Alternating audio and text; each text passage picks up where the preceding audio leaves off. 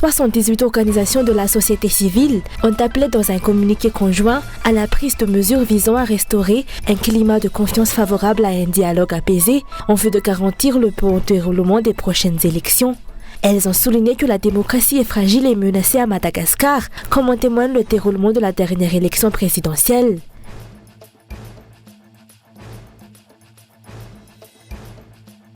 Cinq personnes ont perdu la vie à la suite des récentes fortes pluies dans le pays, selon le rapport provisoire du BNGRC à 15h. 8 personnes sont portées disparues.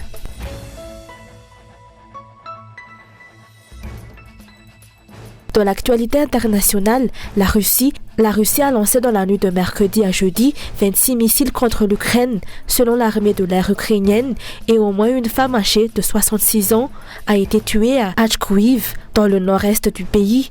Des explosions ont été officiellement signalées dans les régions de Kiev, Zaporizhzhia, Lviv et Poltava.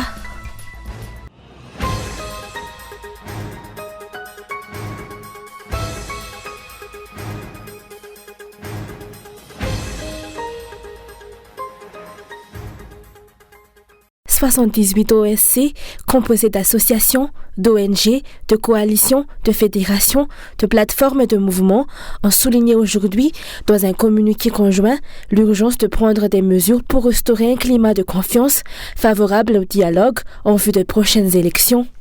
Ces OSC ont mis en avant le manque de fiabilité de la liste électorale utilisée lors de la dernière élection présidentielle, qui sera également utilisée pour les élections législatives et communales à venir. Elles ont également déploré les restrictions des libertés civiques et politiques lors de la dernière élection, telles que l'interdiction de manifester, alors que le droit de manifester pacifiquement est garanti par l'article 19 de la Déclaration universelle des droits de l'homme, ratifiée en 1910. De plus, elles ont condamné l'encadrement disproportionné et la répression exercée par les forces de l'ordre lors des manifestations citoyennes. En outre, les OSC ont dénoncé le monopole des médias publics et la répression des médias privés.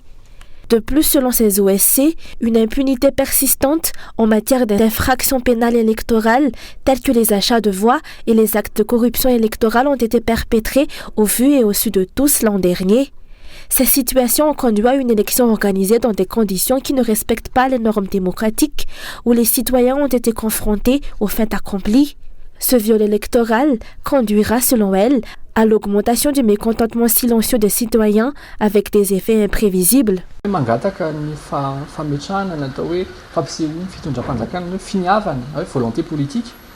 Nous attendons des dirigeants des signes tangibles de volonté politique pour établir un état de droit et une démocratie véritable.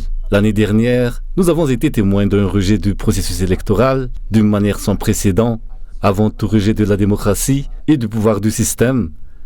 Nous exhortons les autorités à mettre en œuvre ces recommandations, car c'est là que résident les solutions. Nous réaffirmons également que l'application stricte de la loi est la clé. Cela ne doit pas être basé sur l'interprétation subjective d'un individu, mais sur les principes énoncés dans la Constitution et la loi.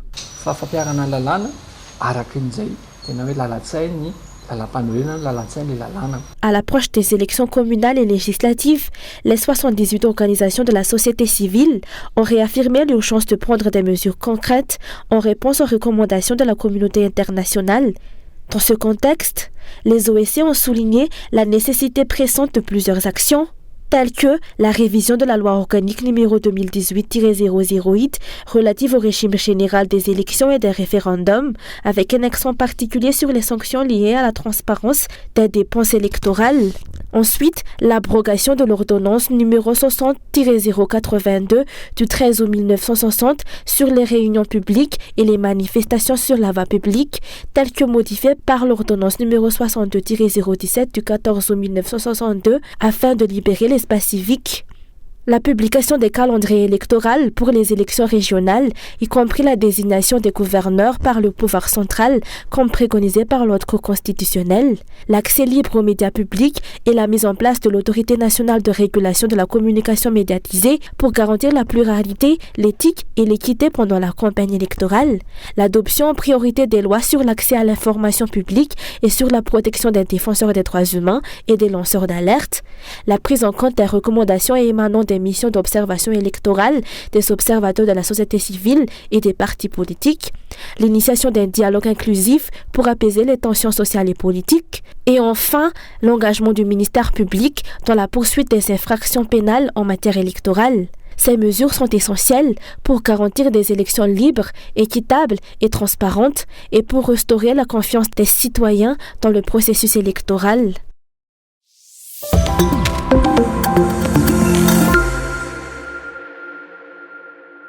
L'adoption du projet de loi sur la castration pose un problème d'éthique pour la communauté médicale et va à l'encontre des dispositions constitutionnelles de Madagascar, de ses obligations envers l'Union africaine et les Nations unies. C'est ce qu'a déclaré ce jour Amnesty International. Ces projets de loi vont à l'encontre des dispositions constitutionnelles malgaches, mais aussi à l'encontre des obligations qu'a Madagascar au niveau régional, au niveau de l'Union africaine, mais aussi au niveau international, au niveau des Nations unies, en ce qui concerne la torture, les traitements cruels, inhumains et dégradants. Parce que la castration, que ce soit chimique ou chirurgicale, équivaut à la torture et ça équivaut aussi à un traitement qui est vraiment cruel, inhumain et dégradant. Le projet de loi sur la castration pose aussi des problèmes d'ordre éthique parce que dans la communauté médicale, les médecins ne sont pas dotés de pouvoir de réaliser des procédures comme la castration chirurgicale ou chimique sur des patients et faisant cela pas pour soigner les patients mais pour les punir. Pour Amnesty International, la castration ne résoudra pas les problèmes car elle ne traite pas les causes des viols sur mineurs. Les dirigeants s'empressent de sanctionner au lieu de mener des actions de prévention ou de prendre en charge les victimes. Jusqu'ici, les dirigeants n'ont pas mis en place des structures de soutien psychologique et physique, selon les explications. Les raisons de la recrudescence des viols sont notamment dues à la défaillance du système de justice. C'est que le projet de loi sur la castration ne vise pas. Ce sont les causes principales qui font à ce que ces problèmes de viols sur mineurs soient si courants à Madagascar. Les procédures de porter plainte ne se font pas dans l'anonymat. Il y a un problème de manque de confiance qui est un peu plus général dans le système de justice pénale malgache. L'exercice prompt, transparent et efficace des justices est presque inexistant dans beaucoup de cas. Et il y a aussi des problèmes de corruption. Et cette cause me mène à la troisième cause principale, qui est alors la peur des représailles qu'ont les victimes. Dans l'attente de la décision de la Haute Cour constitutionnelle, les différentes organisations de la société civile qui se sont exprimées sur ce problème de viol invitent les autorités à considérer les droits de l'homme dans l'élaboration des lois.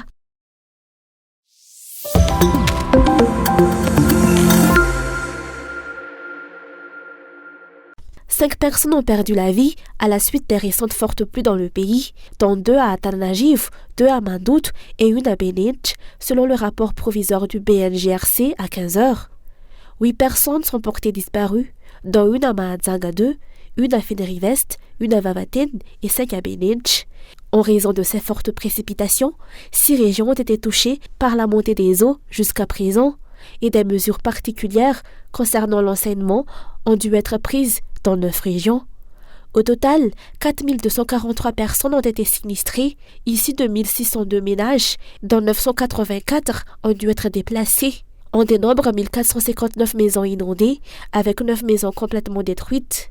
Le toit de 25 salles de classe a été emporté par le vent, 41 autres ont été endommagées et 40 salles de classe ont été complètement détruites. 49 hectares de rizières ont par ailleurs été inondés. Le Centre de prévision météorologique a annoncé que les précipitations se maintiendraient dans plusieurs régions de l'île, avec des estimations variant de 40 à 100 mm en 24 heures dans certaines zones. Aujourd'hui, une alerte forte pluie est en vigueur pour les régions de Bouin, Betsbouk, Diana, Sava, Sofia, Atsnan, Fatva, Fitvnan, Bunglav, Analamang, Kvaknakarach, Itas, Alochamangour et la partie est de Murumani. Pour demain, vendredi 16 février, une alerte forte pluie est prévue pour les régions d'Atsinanan et Vatvavi. Pour samedi, sont concernées les régions d'Analandirouf, Antsiranan, Vatvavi, Fitvnan et Atsimoatsinanan. Dimanche 18 février, une alerte forte pluie est prévue pour les régions d'Analandirouf, Atsinanan, la partie nord d'Alochamangour, Vatvavi, Fitvnan, Itas, Analamang et Betpouk. De plus, une alerte jaune est en place pour les régions d'Analandirouf, Atsinanan, Vatvavi, Fitvnan, Pouen, Alochamangour, ainsi que pour les districts de Maïvatanan et Tsaratanan.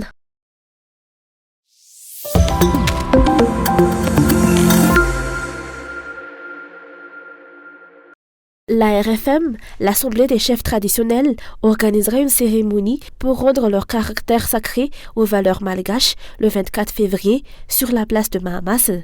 L'objectif est de mettre fin à toutes les tensions dans le pays pour une nation plus paisible. Nous avons une relation essentielle avec cette terre, car c'est d'elle que nous tirons notre subsistance. Elle mérite notre respect, car elle est notre source de vie, notre origine. Cette terre appartient uniquement au peuple malgache. En réponse aux récents événements survenus dans le pays, nous prévoyons d'organiser une cérémonie pour restituer leur caractère sacré aux valeurs malgaches et pour éliminer tout ce qui entrave le développement de notre nation.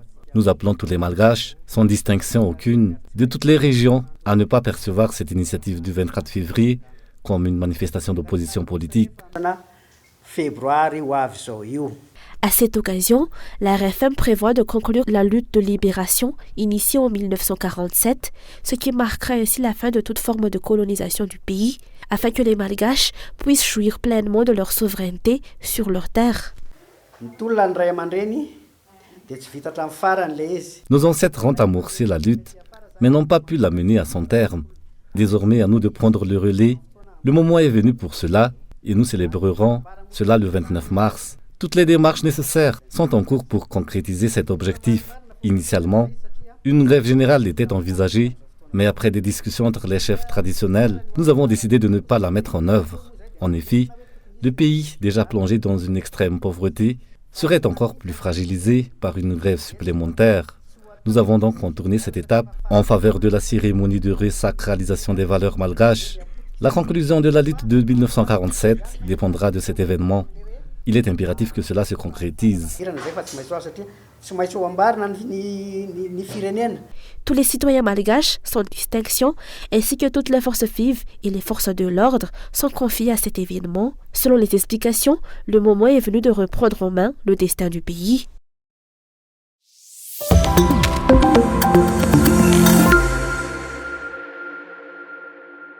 Le temps est venu de mettre en œuvre des solutions pour entamer le processus de redressement du pays, selon le collectif des citoyens. En effet, la population souffre et l'ensemble du pays est en proie à de grandes difficultés. La priorité doit être ainsi accordée à l'amélioration du bien-être social et au renforcement de la capacité de production afin de sortir les Malgaches de l'extrême pauvreté qui sévit actuellement. On estime que 80% des Malgaches sont des agriculteurs qui travaillent dans les zones rurales. Cependant, cette situation ne garantit pas pour autant le bien-être des 20% restants de la population. Cela nous permet de constater que le pays est vraiment mal en point. Pour le soigner, il est essentiel d'identifier l'origine de ces maux. Une fois les racines du problème identifiées, nous pourrons envisager les solutions nécessaires pour amorcer le processus de guérison du pays. Dans le cadre de cette recherche de solutions pour le redressement du pays, le collectif des citoyens a consulté diverses forces vives du pays, notamment les enseignants des universités publiques et privées, ainsi que les chefs spirituels, membres du FFKM et les fondateurs d'autres églises. Par ailleurs, des lettres ont été envoyées à toutes les ambassades étrangères présentes à Madagascar à cet effet.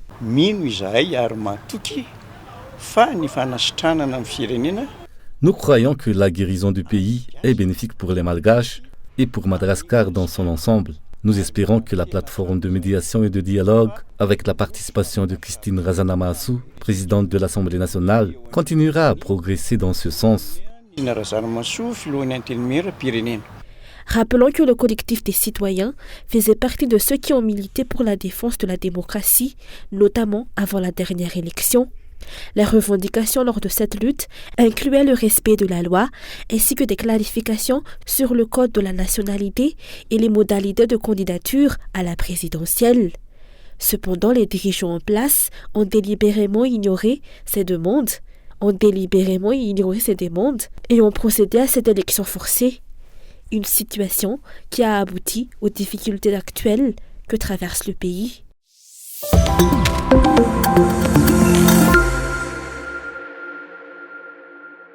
Les habitants du district d'Anzouzourbé vivent actuellement dans la détresse en raison de la recrudescence des attaques de Dahal et des kidnappings. En effet, ces dernières années, les cas d'enlèvement dans le district d'Anzouzourbé se sont multipliés selon les habitants. Ils signalent que ce sont toujours les mêmes criminels qui récidivent, mais que ce sont leurs complices qui changent au fil du temps pour exécuter le travail. Récemment, une nouvelle famille a été la cible d'un enlèvement. Les autorités locales du district et les forces de l'ordre sont complices de ces enlèvements selon les habitants qui ont préféré garder l'anonymat par crainte de représailles. Les habitants ne sont plus sereins et restent constamment sur leur garde, car les attaques ne se limitent plus à la nuit, mais se produisent désormais en plein jour. Même lors de leurs activités quotidiennes normales, ils courent le risque d'être enlevés. Malgré cela, les forces de l'ordre local demeurent inactives, car elles craignent également les représailles des criminels. Nous exhortons les dirigeants à s'intéresser de près à la situation qui prévaut dans le district d'Anzouzourbé. Une situation d'extrême insécurité qui entrave les activités des habitants, qui craignant les meurtres et les enlèvements qui sévissent dans la région, sont contraints de quitter leur village pour se protéger. Nous appelons tous les responsables à tous les niveaux à prendre des mesures immédiates face à cette situation. Outre la situation critique dans le district d'Anzouzourbé, les recherches des 3 jeunes filles enlevées dans la commune d'Ambakjén, dans le district de Tsaratanan, restent infructueuses. En effet, 2 femmes avaient été enlevées à Mbouloussi dans la nuit du 4 février et une autre femme kidnappée en plein jour le 9 février. Il y a maintenant une semaine. À ce jour, ces 3 femmes sont toujours portées disparues et leur sort, qu'elles soient vivantes ou décédées, demeure inconnu. Selon les informations fournies, les ravisseurs ont exigé une rançon de 140 millions d'AGH aux familles des otages qui ne sont pas en mesure de réunir cette somme. Bien que l'opération Filet soit en cours avec 110 forces de l'ordre actuellement déployées pour lutter contre les enlèvements, aucune avancée n'a été réalisée jusqu'à présent, malgré une descente massive dans la commune d'Ambakjén. Les habitants, déjà en grande difficulté financière, sont maintenant confrontés à une situation d'extrême insécurité qui aggrave encore leur précarité. Cependant, jusqu'à présent, aucune politique gouvernementale visant à résoudre ce problème n'a été mise en place, ce qui donne ainsi l'impression que les souffrances endurées par la population sont ignorées.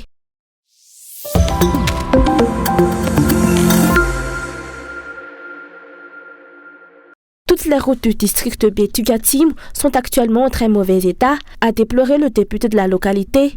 Sur la RN10, qui relie Touliar à Betiouk, le temps de trajet habituel de 4 à 5 heures a doublé pour atteindre désormais 10 heures en raison de l'état déplorable de la route.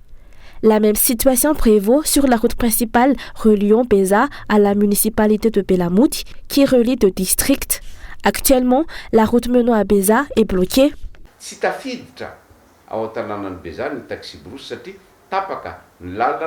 Les taxis-brousses ne peuvent plus accéder à Beza en raison du blocage de la route causé par des problèmes de canalisation dans les rizières environnantes. Je ne suis pas ingénieur, mais il semblerait que la transformation de la route à l'entrée de Beza en digue soit une solution envisageable. Actuellement, les véhicules lourds transportant des marchandises ainsi que les taxis-brousses doivent s'arrêter à 6 km avant Beza. Les habitants doivent alors marcher pour se rendre à Beza. De même, pour se rendre à Touliar, les gens doivent commencer à marcher dès 4h ou 5h du matin pour rejoindre les taxis-brousses. Face à cette situation, nous appelons à l'intervention des autorités compétentes.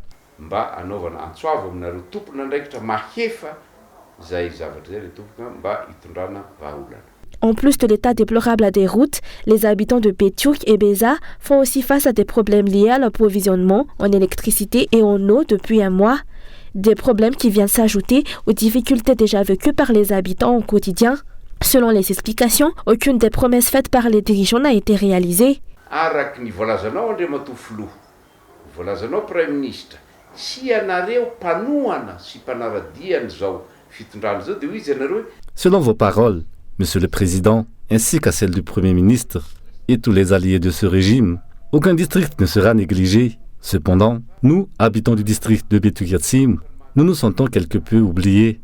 Non seulement les promesses antérieures n'ont pas été tenues, mais les difficultés que nous rencontrons au quotidien semblent ne pas être prises en compte. Si réellement la politique de ne pas négliger aucun district est celle que vous comptez utiliser pour redresser Madagascar, nous espérons que nos revendications trouveront enfin des réponses. Politique a oentinareo mampandroso Madagascar tokoa hoe tsisy distrika vadino dia mba manantena valiny ireo fangatahana ireo zahay. Les difficultés ne se limitent pas seulement au secteur de l'électricité, de l'eau et des routes, mais touchent tous les aspects sociaux de la vie des citoyens. Pourtant, il avait été annoncé pour ce nouveau mandat qu'à partir de janvier 2024, les besoins de la population seront une priorité et que les dirigeants chercheront à se rapprocher davantage du peuple.